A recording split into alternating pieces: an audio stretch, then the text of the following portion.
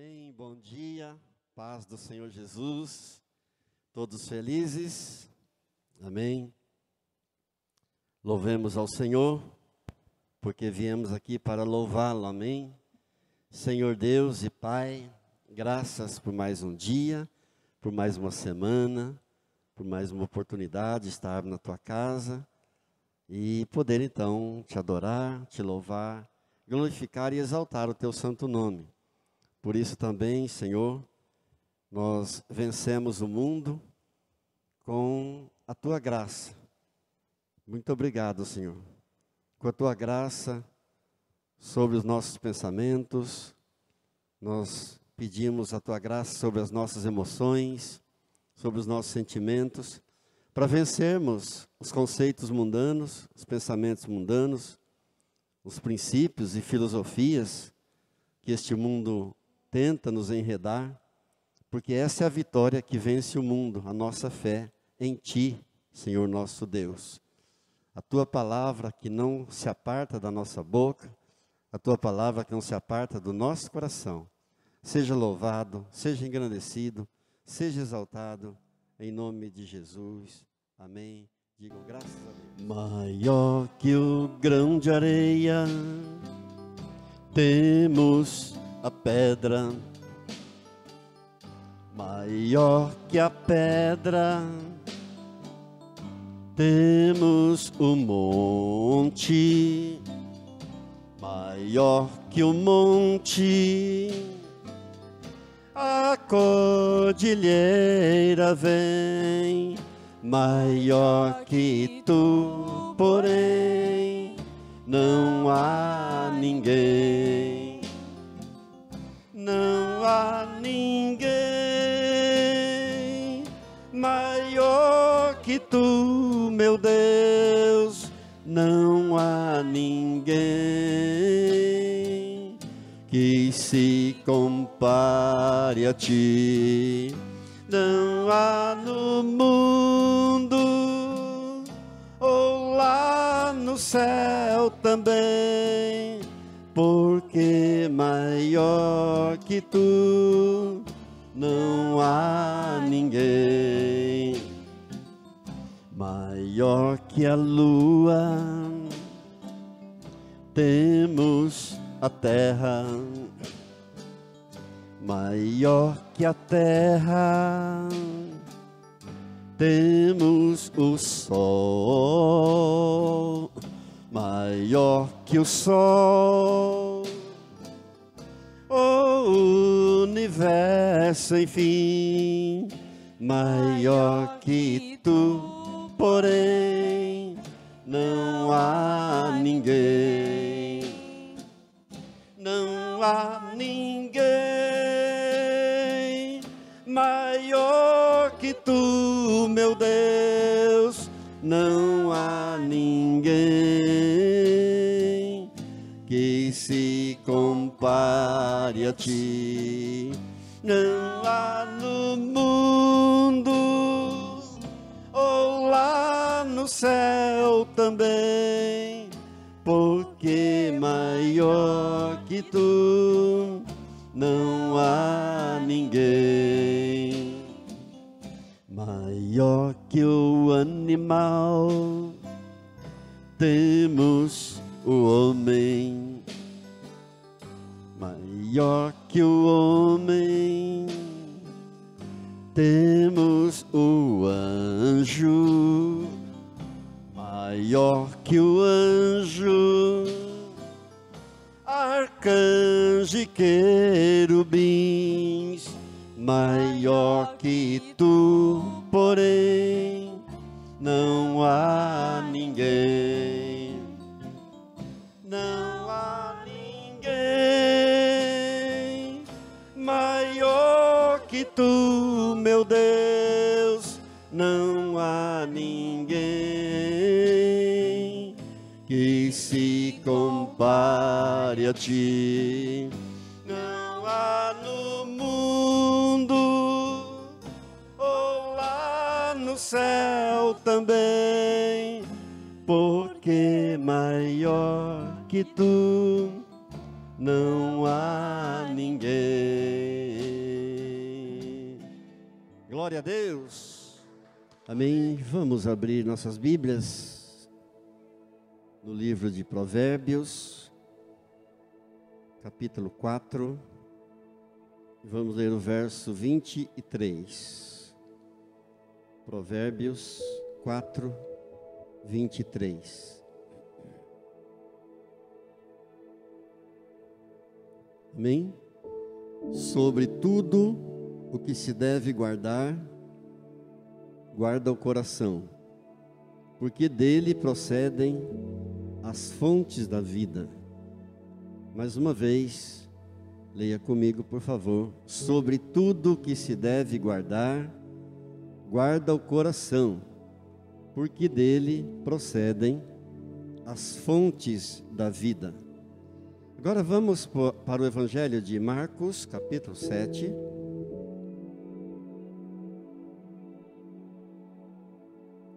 Marcos 7, verso 21.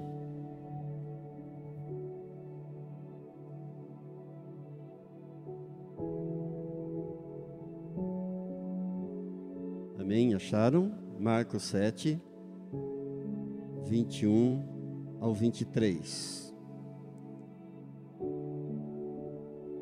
Porque de dentro do coração dos homens é que procedem os maus desígnios, a prostituição, os furtos, os homicídios, os adultérios, a avareza, as malícias, o dolo, a lascívia, a inveja, a blasfêmia, a soberba, a loucura. Ora, todos esses males vêm de dentro e contaminam o homem. Querido Deus, diante de Ti, único Deus e meu Salvador por Jesus Cristo, meu Senhor, glórias por Tua palavra, majestade e domínio, poder e autoridade, antes de todos os séculos, agora e para toda a eternidade, para todo sempre. Por favor, dai-nos entendimento, discernimento da palavra do Senhor.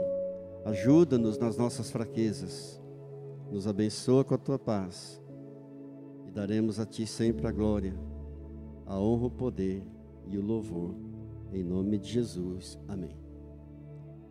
Bom, nós ministramos a primeira parte dessa mensagem na semana passada, falando sobre o processo que Deus usa na transformação da vida de um ser humano. Deus não toma a gente e vira do avesso. Deus usa de um processo, Deus trabalha gradativamente, e nesse processo é um processo de parceria, em que Ele oferece as ferramentas para nós, e Ele espera de nós usá-las. E nós dizíamos então que as três principais ferramentas, os três principais instrumentos que Deus disponibiliza para nós, em primeiro lugar é a Bíblia. Em primeiro lugar é a palavra de Deus. Quão poderosa é a palavra de Deus? Porque a palavra de Deus, ela é o próprio Deus. A Bíblia diz que no princípio era o verbo, ou seja, no princípio era a palavra. E o verbo se fez carne. Então a palavra se fez carne, se fez um como nós, exceto no pecado. E o verbo estava com Deus, ou seja, a palavra estava com Deus. E o verbo era Deus, ou seja, a palavra era Deus, e habitou entre nós. Então, A palavra é Jesus e Jesus é a palavra. Quão poderosa é a palavra. Quantas pessoas que se convertem meramente lendo as Sagradas Escrituras. Eu soube de um artista, cantor de rock, cantava para o mundo, e que se converteu ao receber um versículo. Estava viajando em seu avião e se deparou com um papelzinho com um versículo bíblico, e a partir daquele momento, da leitura daquele versículo, então, ele entregou a vida para Jesus e passou a cantar para o Senhor Jesus os louvores para Deus. E assim, muitas pessoas se convertem a Deus apenas lendo a palavra, apenas tendo contato com ela, porque é o próprio Deus. Nesses 4 versículos que nós lemos, primeiramente, Salomão deu como que um pontapé inicial, mandou para a área, e Jesus marcou o gol de cabeça. Salomão diz em Provérbios 4:23 que sobre tudo o que se deve guardar, guarda o coração, porque dele procedem as fontes da vida. Ou seja, sobre tudo o que se deve guardar, guarda os teus pensamentos, os teus sentimentos, as tuas emoções. A esse conjunto a Bíblia chama de coração. E essas 3 coisas estão interligadas. Não tem como desligar uma da outra. Os pensamentos, os sentimentos, as emoções, estão todos interligados.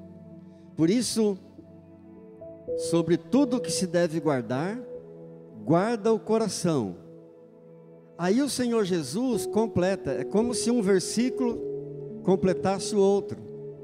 E o Senhor Jesus então nos diz, no capítulo 7 de Mateus, no verso 23, porque de dentro do coração é que procedem é Marcos capítulo 7, verso 23. De dentro do coração é que procede todos esses males. E ele então apresenta uma lista dos males que procedem de dentro do coração. Começando no 21. Os maus desígnios, a prostituição, os furtos, os homicídios, os adultérios, a avareza, as malícias, o dolo, a lascívia, a inveja, a blasfêmia, a soberba, a loucura. Então, houve uma harmonia entre Provérbios 4:23 e Marcos 7, do 21 até o 23. Jesus foi na essência. Jesus foi na raiz. Evidentemente que nós não gostamos muito de falar dessas coisas, mas não podemos omitir a palavra de Deus, aquilo que Jesus está dizendo. Guarda teu coração, porque é de lá de dentro do coração que procede toda essa imundícia, toda essa lista que o Senhor Jesus apresenta para nós. Os nossos pensamentos é que vão definir os nossos sentimentos. Nossos pensamentos definem os nossos sentimentos, definem também as nossas emoções, e os nossos pensamentos definem também as nossas atitudes. Uma coisa está ligada à outra. Nós podemos conhecer uma pessoa somente quando conversamos com ela. Você não conhece alguém se você não interagir por um período, se você não conviver com a pessoa por um período, porque o Senhor Jesus diz também em Mateus 12:34 que a nossa boca fala daquilo que o coração está cheio. Então, à medida que você conversa com uma pessoa, então você vai conhecendo a pessoa. Você vai percebendo o que é que está dentro do coração dela. Porque a boca fala daquilo que está dentro do nosso coração.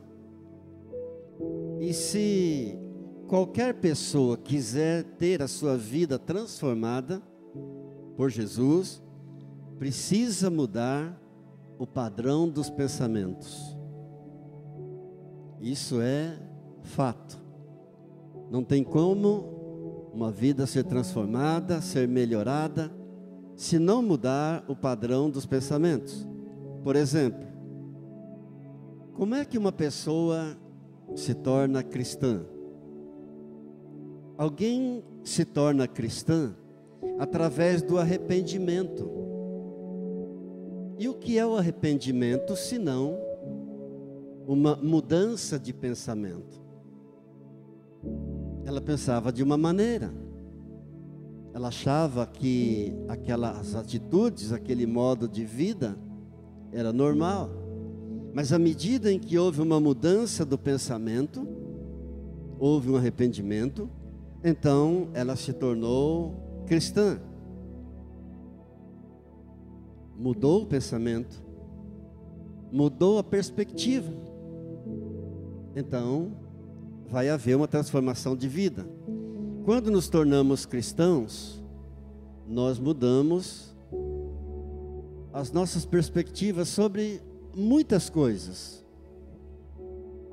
sobre tudo em nossa vida. Uma pessoa, antes de se converter, era uma coisa, e depois de convertida, ela é completamente diferente. Por isso Paulo nos diz em Romanos, no capítulo 12, no versículo 2: e não vos conformeis com este século, mas transformai-vos pela renovação da vossa mente. Nós temos dito que nesse processo que Deus utiliza para transformar as vidas, esse processo de parceria, Ele nos dá os instrumentos, Ele fornece as ferramentas, essa é a parte de Deus, Ele faz a parte dele, mas Ele fica esperando que nós também façamos a nossa parte. E a nossa parte Ele não faz. Então, quando Ele diz, não vos conformeis com este século, mas transformai-vos. Essa é uma tarefa nossa.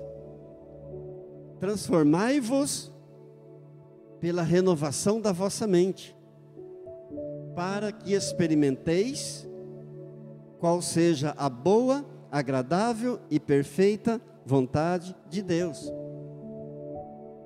Então a Bíblia nos ensina que a maneira de pensar vai definir aquilo que eu vou sentir. Meus pensamentos definem os meus sentimentos. E os meus sentimentos definem as minhas atitudes. Aquilo que eu penso vai determinar aquilo que eu vou sentir. E aquilo que eu estiver sentindo é que vai determinar o meu agir. Por isso, sobre todas as coisas que você deve guardar, que você deve cuidar, que você deve vigiar, está o coração, os pensamentos, os sentimentos e as emoções. Se eu quero mudar as minhas atitudes, então eu preciso mudar os pensamentos. Os pensamentos são a fonte, digamos assim. É o que diz a palavra em Provérbios que a gente leu. Sobre tudo que se deve guardar, guarda o teu coração, porque dele procedem as fontes da vida. Daqui de dentro do coração, daqui do meu interior, dos pensamentos, dos sentimentos e das emoções, procedem todas as demais fontes de toda a vida, sobre tudo que se deve guardar. Guarda isso. Então não devemos focalizar as atitudes erradas, mas focalizar os pensamentos. Devemos voltar na fonte. Bom, mas e como é que se faz isso? Tem uma receita. E a receita está em Filipenses, na carta de Paulo aos Filipenses, no capítulo 4 e no verso 8. Aqui está uma lista de 8 virtudes. E elas não são cansativas, não são difíceis, não são pesadas, e é a receita exata. E diz assim: portanto, tudo aquilo que é verdadeiro, tudo aquilo que é honesto, tudo aquilo que é justo, tudo que é puro, tudo que é amável, tudo que contém boa fama, tudo que contém virtude, tudo que contém louvor, seja isso o que ocupe os vossos pensamentos. Agora pensa comigo, se tem condições de haver atitudes erradas, sentimentos errados, ações contrárias a Deus, emoções erradas, se nos meus pensamentos estiverem essas coisas, tudo que é verdadeiro, tudo que é honesto, tudo que é justo, tudo que é puro, tudo que é amável, tudo que contém boa fama, tudo aquilo que contém virtude, tudo aquilo que contém louvor. Entende por que a palavra nos diz da importância de guardar os pensamentos, os sentimentos, as emoções? Nossa mente não deve ser uma lixeira de Satanás. A nossa mente deve ser um depósito da palavra de Deus. Amém. É de dentro do coração que procede todas essas imundícies, toda essa lista, palavras do Senhor Jesus, em Marcos 7, 21, os maus desígnios, a prostituição, os furtos, os homicídios, adultérios, avareza, malícias, dolo, lascívia, inveja, blasfêmia, soberba e a loucura. Diga misericórdia. A receita está em Filipenses 4, 8. Por que uma pessoa age com depressão? Por que uma pessoa tem atitudes de depressão? Porque ela está deprimida.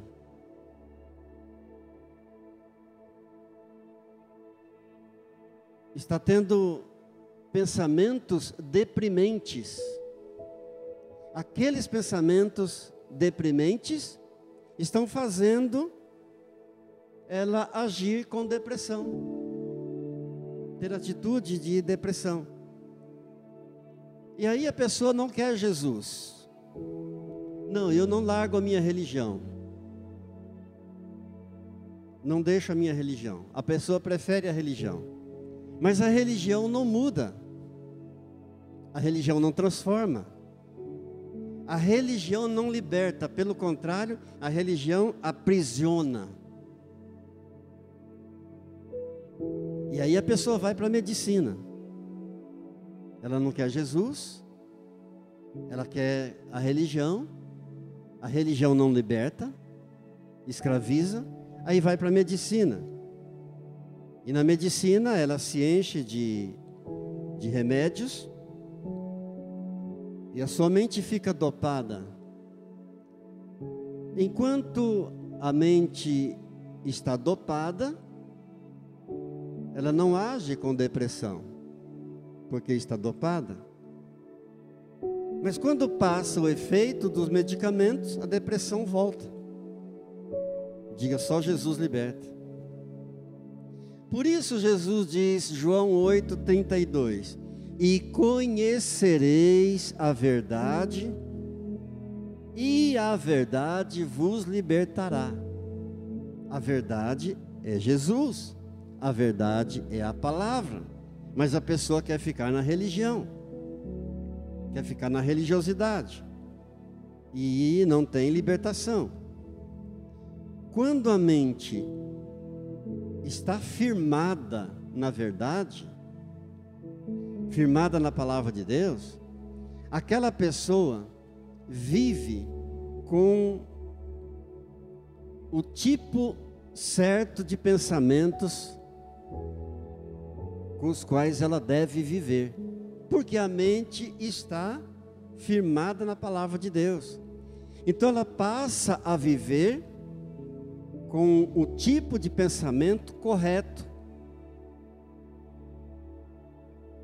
Graças a Deus por isso. Sem conceitos errados, sem falsas crenças, sem crer em qualquer sopro de doutrina, sem crer em qualquer heresia. O apóstolo Paulo diz em Colossenses 3,16: a palavra de Cristo habite em vós abundantemente. No dicionário, abundante significa uma quantidade maior do que aquela que é suficiente. Então, a palavra de Deus habite em vós abundantemente. A palavra de Deus habite em você numa quantidade maior do que a suficiente. Por que que alguém tem atitudes de ira? Por que alguém age com ira? Porque ela está com pensamentos de ira. Aqueles pensamentos de ira estão fazendo com que ela haja com ira. Por que alguém tem atitudes de tristeza? Por que alguém age com tristezas? Porque os pensamentos estão tomados de tristezas e fazem com que ela haja dessa maneira. Então, a palavra de Cristo habite abundantemente em vós. Aleluia. E não é preciso muita coisa. Não é preciso 24 horas por dia de joelhos. Não é preciso muita coisa. Basta pouco tempo de contato com a palavra diariamente, de leitura, de meditação, de memorização, de oração e de aplicação, sobretudo, daquilo que se leu, que se meditou, que se memorizou. Aplicação, então, na vida diária. Essa é a primeira parte nossa. A primeira parte de Deus é dar a sua palavra. Ele já deu. E ela é poderosa. A primeira parte nossa é sobre tudo que se deve guardar, guarda o coração. Ou seja, guarda os pensamentos, guarda os sentimentos, guarda as emoções. Porque é de dentro do coração que procedem todas as imundícies dos homens, que os homens praticam, procedem de dentro do coração. Mas há uma segunda coisa, que é a nossa parte também. Nossa parte é problema nosso. Nossa parte não tem a ver com Deus, não tem a ver com o diabo, não tem a ver com outras pessoas. A parte que cabe a mim fazer é minha responsabilidade, é escolha minha. E a segunda é que nós devemos depender do Espírito Santo de Deus. Diga, guardar o coração, depender do Espírito Santo. Nós falamos muito pouco do Espírito Santo. Eu não sei porquê. Nós, pastores, pregamos e ensinamos muito pouco do Espírito Santo.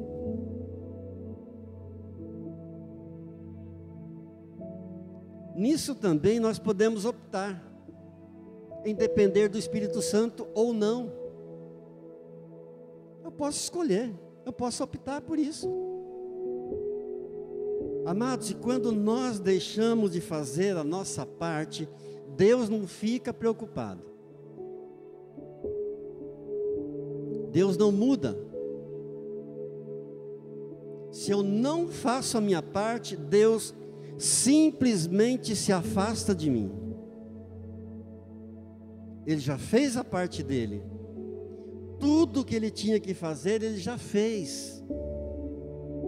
E eu posso optar por fazer a minha parte ou não. Por querer guardar o meu coração ou não. Por querer depender do Espírito Santo de Deus ou não. Eu decido depender do Espírito Santo ou não. Deus diz: eu coloquei o meu Espírito em você. Eu já fiz isso. Eu já dei o meu Espírito em você para te dar poder. Então não posso alegar que eu não consigo, que é uma das alegações.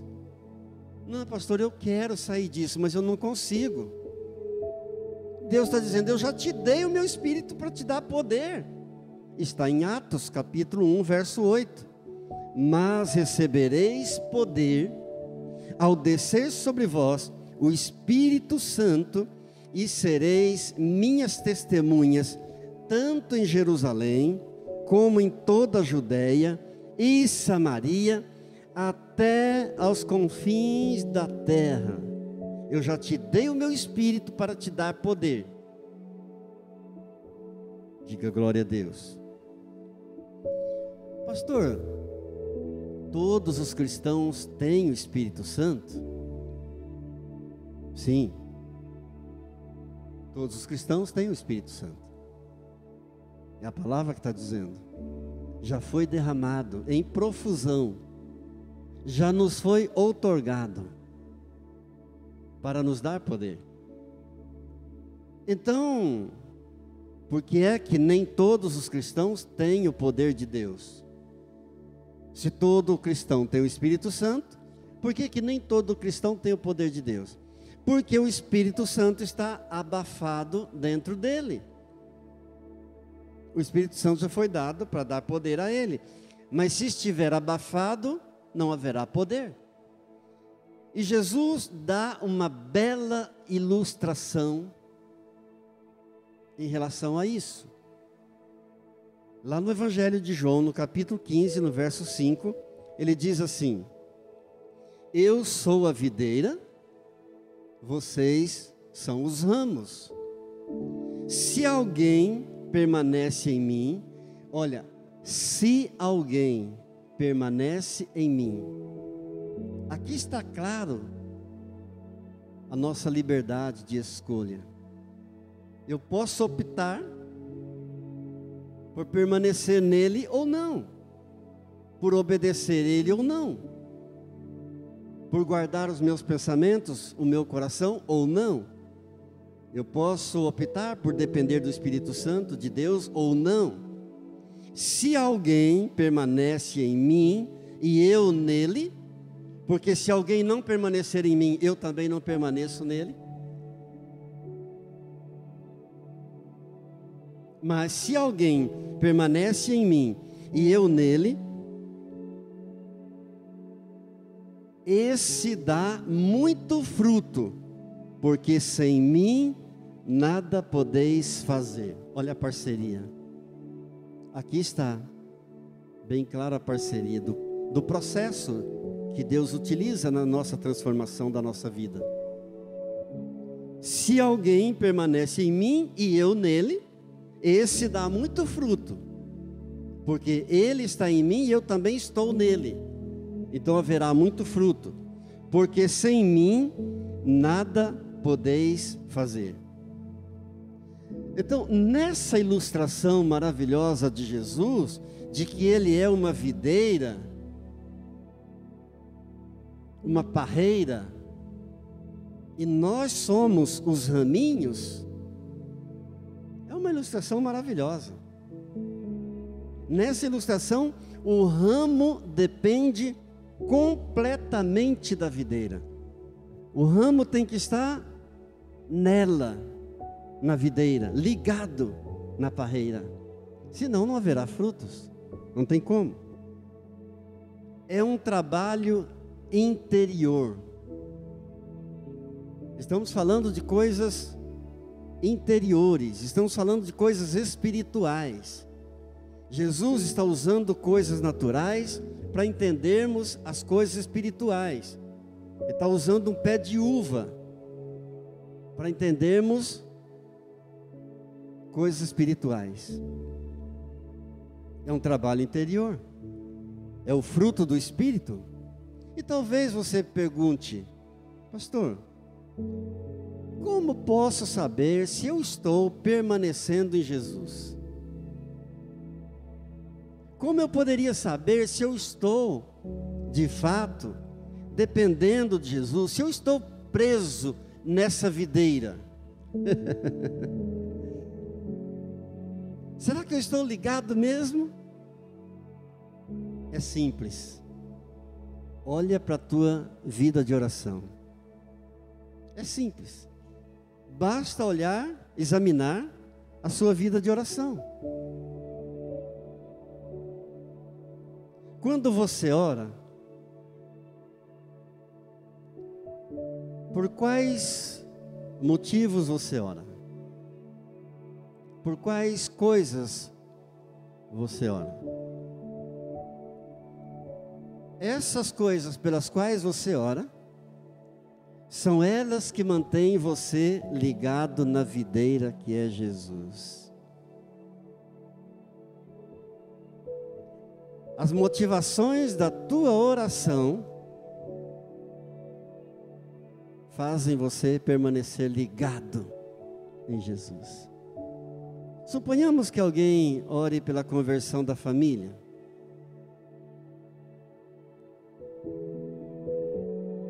Eu conheci uma pessoa que orou 30 anos pela conversão do marido. E o marido só se converteu na hora da morte. O que manteve essa pessoa ligada na videira, Jesus, foi essa motivação, essa causa. Evidentemente que nós não oramos apenas por uma causa. Quando você ora, você não tem apenas uma motivação, uma causa só. Nós oramos por muitas, não é verdade? Pelo menos comigo é assim. Essas causas pelas quais você ora, glórias a Deus por elas, porque elas mantêm você ligado em Jesus. Diga graças a Deus. Queridos, quando nós entendemos isso, nós mudamos todo o conceito, todas as nossas perspectivas, nós mudamos tudo aquilo que nós imaginávamos a respeito de problemas e lutas que nós enfrentamos nessa vida. Louvado seja Deus. Bom, mas e aquelas coisas pelas quais você não ora? Aí eu diria que aquelas coisas pelas quais você não ora são as coisas que você está tentando resolver por si. Claro.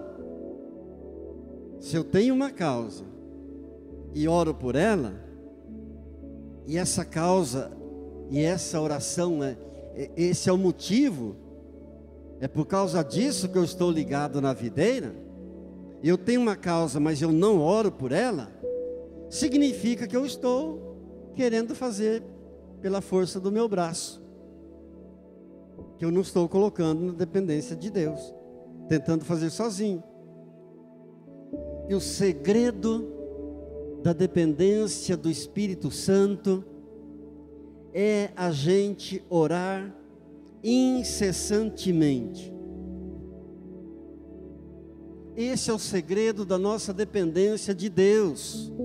Esse é o segredo da nossa dependência do Espírito Santo. Esse é o segredo da nossa união com Ele, de estarmos ligados na videira. É orarmos incessantemente pelas decisões que temos que tomar todos os dias. Você acaba de acordar, você já tem que tomar decisões, várias. Acabou de acordar, você já tem várias decisões. É orar incessantemente pelas necessidades. Temos necessidades diárias. É orar incessantemente pelos interesses. É orar incessantemente por nossa agenda. É orar incessantemente pelas pessoas. Orar incessantemente pelos problemas. Orar incessantemente por aquilo que eu vou comprar, pelas compras que vou realizar. Orar incessantemente por uma dor de cabeça, que às vezes não fazemos isso.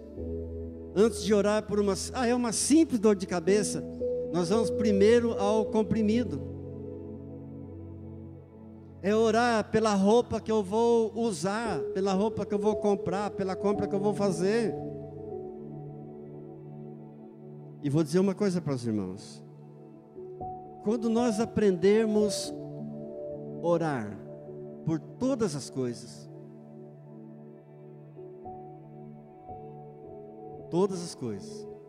quando nós aprendermos a orar por tudo, nós começaremos a ver o fruto em nossas vidas. Quando eu digo você, eu estou apontando para mim também. Quando você aprender a orar por todas as coisas, você vai começar a ver os frutos em sua vida. Diga graças a Deus. Bom, a primeira coisa que Deus fornece é a sua palavra. E a segunda coisa é o seu Espírito Santo.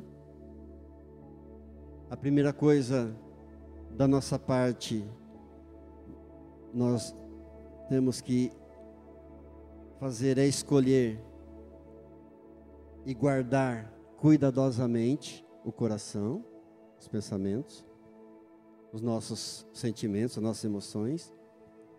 A segunda coisa da nossa parte é depender do Espírito Santo, que nos foi outorgado, que nos foi concedido. E a terceira coisa da nossa parte é reagir com sabedoria às circunstâncias. Porque a terceira coisa que Deus nos dá são as situações. Ele permite as circunstâncias. E cabe a nós, a nossa parte, reagir com sabedoria diante delas, de cada uma delas. E haja situações, e haja circunstâncias difíceis, todos os dias. Além de escolher nossos pensamentos, além de optar pela dependência do Espírito Santo, também nós podemos escolher como reagir diante das circunstâncias em nossas vidas. Reagir com bom senso diante de cada circunstância, ou reagir com falta de bom senso. Depende do que nós vamos escolher. Alguém nos humilhou. Um exemplo, citando aqui um exemplo. Alguém nos humilhou muito. Como é que eu vou reagir diante dessa circunstância? A minha parte é reagir com sabedoria. É reagir com discernimento, com graça. Alguém que tirou de nós a nossa paz. Como que eu vou reagir? Alguém roubou a nossa alegria por uma determinada situação. Mas tem uma coisa que ninguém tira de nós: a liberdade de escolher como é que nós vamos reagir. Alguém pode humilhar você, alguém pode tirar de você a paz, alguém pode tirar de você a alegria, mas ninguém pode tirar de você a liberdade que você tem para escolher como é que você vai reagir diante dessas circunstâncias, dessas situações. Nós não podemos controlar as circunstâncias, evidentemente. Ninguém sabe o que vai acontecer daqui 5 minutos. Não podemos controlar, não tem jeito. O que vai acontecer amanhã? Um temporal se levanta do nada. De repente você está no maior tempo bom, aquele céu azul, sol bonito, e do nada começa a ventar, surgem as nuvens negras, e uma tempestade de repente surge, se levanta. Assim em nossas vidas, do nada as tempestades também se levantam. Quando está tudo aparentemente bem, você está em paz, está tudo maravilhoso, de repente um temporal se levanta. E aí a terceira parte nossa é reagir com sabedoria diante dos temporais. Sabe aqueles que a gente olha e fala assim, só Jesus na causa? E é só Jesus mesmo.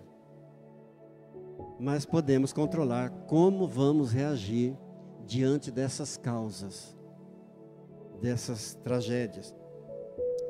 Por isso o apóstolo Paulo nos ensina em Romanos, no capítulo 5, no verso 3 e 4, que nós podemos ter alegria nas provações e nos problemas. Parece incoerente isso, mas não é. Nós podemos ter alegria em meio às tribulações, em meio aos problemas. Porque diz assim a palavra, em Romanos 5, 3 e 4. Nos gloriamos nas nossas próprias tribulações, porque a tribulação produz perseverança. tribulação produz perseverança. A perseverança produz experiência. A experiência produz esperança. Então está claro aqui que nós podemos sentir alegria, mesmo em meio aos temporais da vida, mesmo em meio às tribulações, às provações, que Deus pode usar de uma situação ruim para formar em nós um caráter maduro. É comum na igreja, às vezes nós pastores olhamos para determinado jovem ou adolescente. Isso já aconteceu várias vezes entre eu e a Ângela, e a gente comenta assim: puxa, como essa pessoa está diferente, cresceu, amadureceu. Aí a gente fala, mas dava trabalho, mas era muito pequenininha. Puxa, como dava trabalho quando era pequeno, olha que diferença, como amadureceu. Deus usa situações ruins para amadurecer, para formar em nós um caráter maduro. Deus desenvolve o fruto do Espírito Santo em nós, em meio aos temporais. Creia nisso. Deus se utiliza das tribulações, das provações, das circunstâncias. Porque sentir paz somente em situações pacíficas, sentir paz, alegria, somente em situações pacíficas, de alegria, qual é o segredo? Qual é a vantagem? Deus faz isso, nos faz experimentar paz, gozo, em meio às tribulações. Diga graças a Deus. Deus nos ensina a sentir paz quando nos falta recursos financeiros. Deus nos ensina a sentir paz quando nos falta saúde. Deus nos ensina a sentir paz até mesmo no momento da perda de um ente querido. Esse é o nosso Deus. Mas isso não é automático, queridos. Essas coisas não são instantâneas. Estamos falando de um processo que Deus se utiliza. É um processo, leva tempo. E aqui nós precisamos tomar muito cuidado para a gente não queimar etapas desse processo. Tomar muito cuidado para a gente não querer pegar algum atalho. Atalhos são perigosos. Não vamos queimar as etapas, não. Vamos cumprir, passar pelo processo de Deus. Diga: Senhor, me ajude. Deus precisa de tempo para amadurecer o fruto em nossas vidas. Deus precisa de um tempo para amadurecer o fruto na tua vida. Essa semana eu comprei umas mangas. Quando eu vi aquelas mangas na banca, pensei, essas mangas só podem ter sido amadurecidas no pé. Elas estavam muito bonitas, muito maduras e firmes. Quando fui comer aquela manga, falei para a Ângela, que delícia de manga. Nunca comi uma manga tão docinha, tão gostosa. E se eu tivesse apanhado aquela manga verde? Alguns até gostam com sal, eu não gosto. Teria o mesmo sabor? eu teria comido aquela manga com o mesmo prazer? Claro que não. Deus precisa de um tempo para amadurecer o fruto do Espírito Santo dentro de cada um de nós. E muitos cristãos não entendem essa parte. Queimam etapas, pegam atalhos e se dão mal. Pastor, dá para fazer uma oração forte? Houve um tempo no passado em que alguns pastores, especialmente os teleevangelistas, falavam de uma oração forte. Vamos fazer uma oração poderosa, vou fazer uma oração forte. E essa moda pegou. E alguns então chegavam para a gente e diziam: pastor, eu quero uma oração forte. Como se houvesse uma palavra mágica. Como se houvesse um Jesus mágico. Jesus é o Senhor, diga glória a Deus. Amém. E muitas pessoas que procuravam Jesus no tempo em que Jesus andou aqui nessa terra,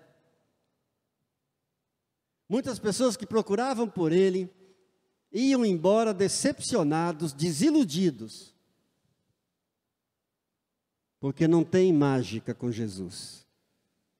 Foi o caso de Nicodemos, em João capítulo 3. Mestre, sabemos que tu és um mestre vindo da parte de Deus, porque ninguém faz os milagres que o Senhor faz se Deus não estiver com ele. Jesus disse: você tem que nascer de novo. E ele foi embora triste. O jovem rico que se aproximou de Jesus: mestre, o que é preciso para entrar nos céus? Obedece os mandamentos. Não, isso eu já tenho feito. Jesus disse: então faz uma coisa, vende todos os teus bens e dá aos pobres. Ele foi embora triste. Não tem mágica com Deus. Tem um processo. Que Deus nos ajude. Hoje também, tem muitos cristãos que querem de Deus uma solução imediata para os seus problemas. Tem muitos que chegam na igreja e querem de Deus uma coisa rápida, como se fosse um pão de queijo. Você põe no forno e daí a pouco já tira. Não é assim, as coisas não funcionam assim com Deus.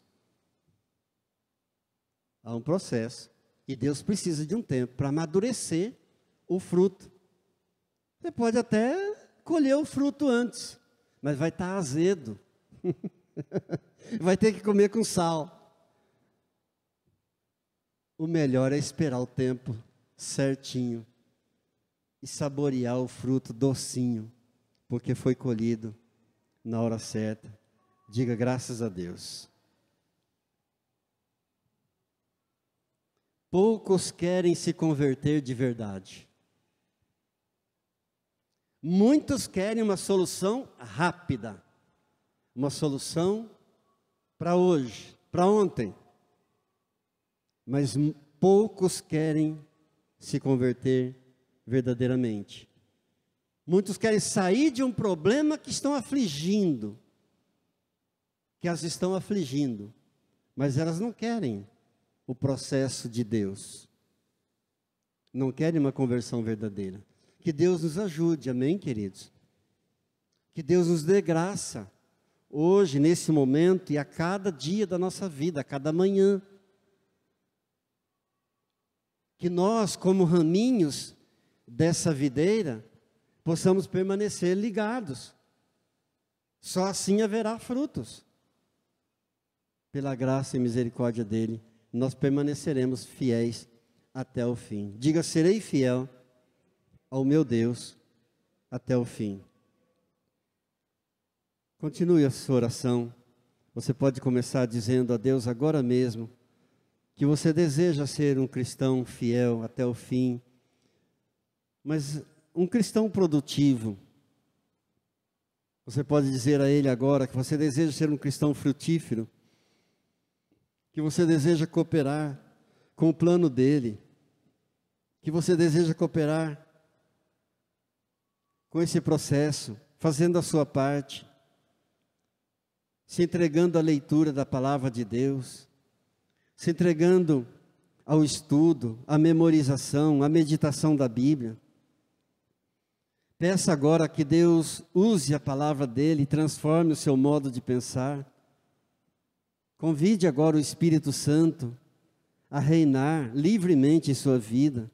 Convide o Espírito Santo a reinar nos teus pensamentos, nos teus sentimentos, nas tuas emoções. Não retenha nada. Ore, fale com Ele sobre todas as coisas. Peça a Deus que te dê sabedoria para reagir diante das circunstâncias difíceis. Que Deus te dê graça diante dos temporais, das circunstâncias repentinas, terríveis que se levantam contra nós. Peça a Ele que te ajude a reagir diante de pessoas difíceis. Peça a Ele que te dê graça, sabedoria, discernimento, para que você possa experimentar a paz mesmo em meio às tribulações, que você possa desfrutar da alegria do Espírito Santo, mesmo em meio aos temporais. Peça a Ele que te ajude. Peça a Ele que te dê graça para reagir como Jesus reagiria diante dessa situação desagradável. Deus, peça a Ele que te dê a graça do fruto do Espírito Santo, do amor, da paz, da alegria, da longanimidade, da benignidade, da bondade, da fidelidade, da mansidão, do domínio próprio. Pai querido, em nome de Jesus, obrigado por cada coração orando comigo nesta hora, numa dependência total e completa do Senhor. Se não fora o Senhor, se não fosse o Senhor, se não fora o Senhor que estivesse ao nosso lado, se não fosse o Senhor que tivesse nos guardado até aqui, o inimigo já teria nos engolido, já teria nos devorado. Por isso, Senhor Ebenezer, até aqui nos ajudou o Senhor, nos abençoou, nos guardou e nos livrou. Continua nos abençoando, Pai. Te damos honras, glórias e louvores, em nome de Jesus. Amém. Amém. Amém. Amém? Só recapitulando em um minutinho, as 3 principais ferramentas que Deus disponibiliza para nós, nesse processo de transformação da nossa vida: a Bíblia, o Espírito Santo e as circunstâncias. Essa é a parte de Deus. A nossa parte, escolher bem e guardar bem os pensamentos, os sentimentos, as emoções, que a Bíblia chama de coração. Segundo, depender do Espírito Santo. E terceiro, reagir com sabedoria diante das circunstâncias. Que Deus te abençoe, que Deus te ajude, que Deus te guarde. Amém? Você pode então fazer a sua oferta livremente, como deve ser feita uma oferta. Porque se não for feita com liberalidade, então ela deixa de ser oferta. Amém? Ou o teu dízimo, se for o caso. Pai, no nome de Jesus, eu abençoo cada oferta, cada dízimo. Teu povo tem trazido na casa do Senhor, tem apresentado na mesa do Senhor. Pai, oramos pelo Brasil, por nossos governantes, oramos pelo fim dessa pandemia, oramos pela vacina. Ó Deus, que o Senhor traga uma solução definitiva, que haja paz, ó Deus. Abençoe essa nação, abençoe, Deus, as autoridades. Oramos por essa cidade, haja paz nessa cidade. Oramos, ó Deus, por cada família deste ministério, Abençoamos onde estiverem nesta hora, aos que estão em casa orando conosco, onde estiverem, recebam um toque, uma bênção do Senhor, em nome de Jesus. Amém. Que a graça do Senhor Jesus, o amor do Pai e a comunhão do Espírito Santo de Deus seja sobre a tua vida, sobre a tua casa, sobre a tua família, hoje e sempre. Amém. Amém. A paz, bom domingo a todos, boa semana.